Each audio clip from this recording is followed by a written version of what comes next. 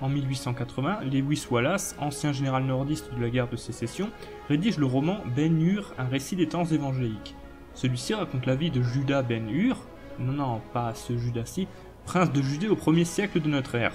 Envoyé aux galères pour un malheureux accident par Messala, son ancien ami devenu général romain, il est libéré et adopté par le capitaine du navire dont il a sauvé la vie, et décide de retourner dans son pays pour se venger de Messala en mettant à profit ses talents de conducteur de char.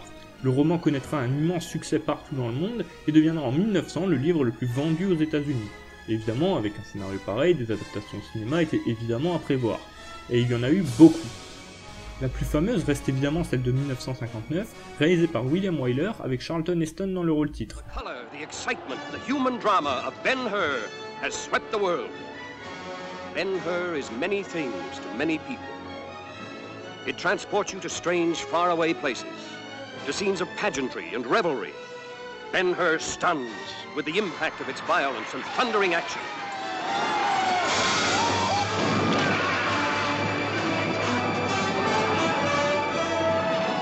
Yet, it can lift your spirit to the skies. But with all its spectacle and pageantry, Ben-Hur is a story of people. Their conflicts, their loves.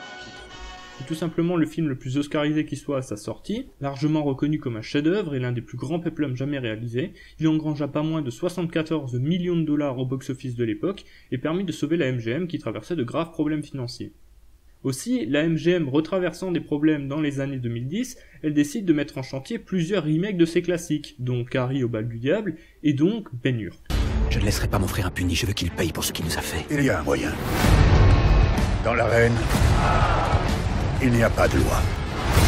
Si ton frère fait la fierté de Rome en le battant, tu vaincras un empire. Tu n'aurais pas dû revenir. Tu aurais dû me tuer.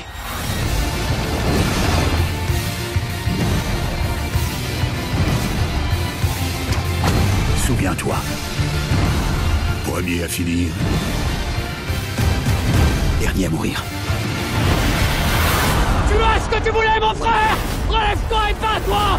Relève-toi! Réalisé par le russe Timur Bekmambetov, déjà réalisateur de Abraham Lincoln, chasseur de vampires, cette version connut un accueil critique très froid et fut un échec commercial. Voyons donc ce qui ne va pas dans ce remake. Le scénario. Déjà, ce film prend de nombreuses libertés, non seulement avec le livre, mais également avec la version de 1959. Et pourquoi pas? Le principe d'un remake peut être aussi d'enrichir l'œuvre d'origine en lui apportant de nouvelles thématiques, et ça commence plutôt bien. La sous-intrigue des Romains pillant le cimetière juif pour bâtir un cirque est plutôt sympathique, puisqu'elle démarre un setup intéressant pour la course de chars à la fin, même si elle reste finalement assez peu exploitée. De même, le fait de montrer une partie de l'enfance de Ben-Hur et Messala en flashback est plutôt bienvenu, puisque ça développe un peu leur relation. Voilà, c'était les bons côtés. Maintenant, on va passer au mauvais. Déjà, le film de 1959 durait 3h35, et pourtant on voyait pas le temps passer. Le film de 2016 ne dure que 2 heures, soit 1h35 de moins que la version précédente, et 25 minutes de moins que la version muette de 1925. Et du coup, le scénario est complètement rushé. La capture de Ben-Hur, par exemple, est beaucoup trop précipitée. Quand, dans le film de Wyler, il était abreuvé par Jésus-Christ, c'était après un trajet visiblement très long et très pénible. On ressentait la souffrance et la soif du personnage. Alors que ici, c'est littéralement, il se fait choper et 5 minutes après... Ah, s'il vous plaît, je peux pas avoir un verre. Cimer, poteau. Le fait de remplacer le motif de la condamnation de Ben-Hur n'est en soi pas du tout une mauvaise idée, parce que bon, le coup des tuiles qui tombe pile à ce moment-là, c'est vrai que bon... Alors, un assassin caché chez Ben-Hur, pourquoi pas? Le problème étant que c'est exécuté absolument n'importe comment, puisque le fait que Ben-Hur choisisse de le couvrir rend juste sa condamnation tout à fait légitime, en fait. C'était moi. C'est moi qui ai tiré, je l'avoue. Et ça annule complètement le sentiment d'injustice, qui est quand même la base de l'histoire.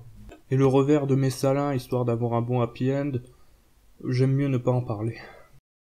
Ouais, c'est vrai que tu m'as trahi et pratiquement condamné à mort, hein, mais bon, hein, je t'aime quand même. Allez oui, viens poteau, faisons des câlins.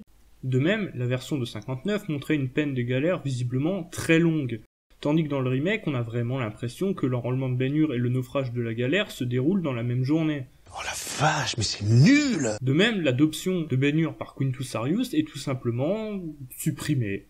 La galère fait naufrage, notre héros, seul survivant évidemment, s'échoue juste devant le campement du Sheikh Ilderim, comme ça, il le prend sous son aile et hop, il rentre en Judée. Voilà. Vous me disiez c'est nul, non mais d'accord, mais là c'est affligeant, y a rien!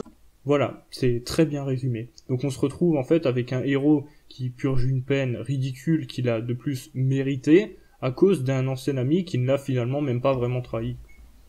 Concernant l'aspect christique du film, disons que je peux comprendre que certains trouvent le film original un peu lourd. Genre le fait qu'on ne voit jamais le visage du Christ, la musique...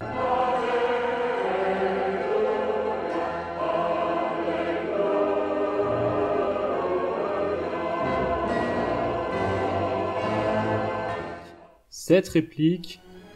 Presque au moment de sa mort,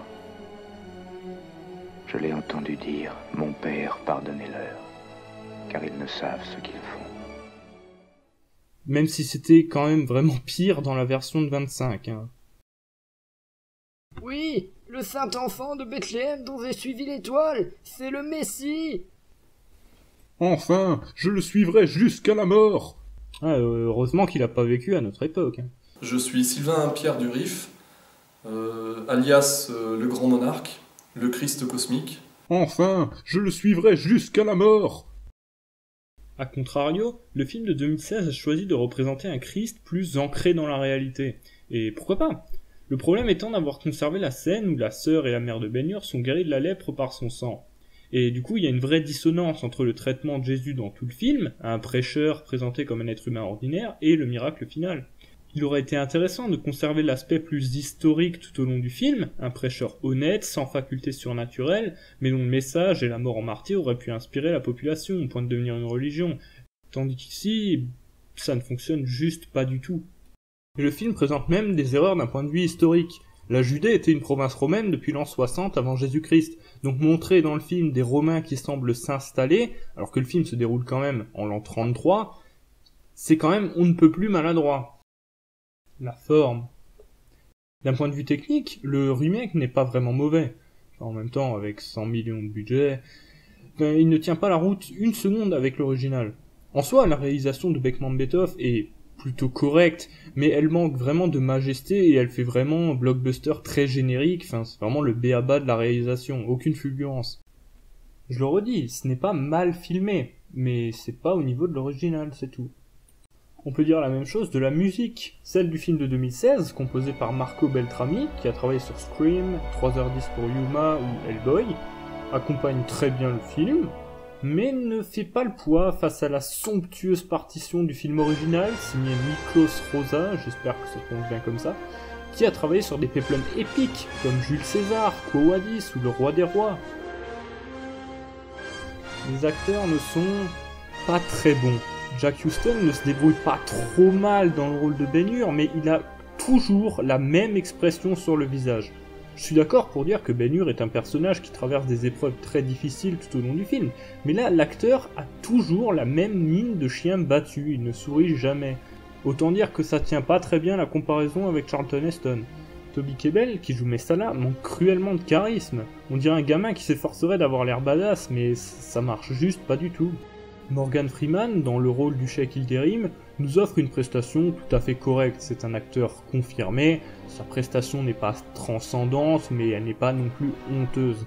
Et il nous offre un Sheikh Ilderim plus grave, plus sérieux et moins bouffonnesque que la version de 59, dont l'interprétation par Hugh Griffith pouvait parfois sembler un poil raciste avec des yeux d'aujourd'hui.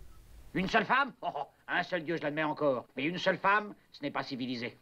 Ce n'est pas généreux.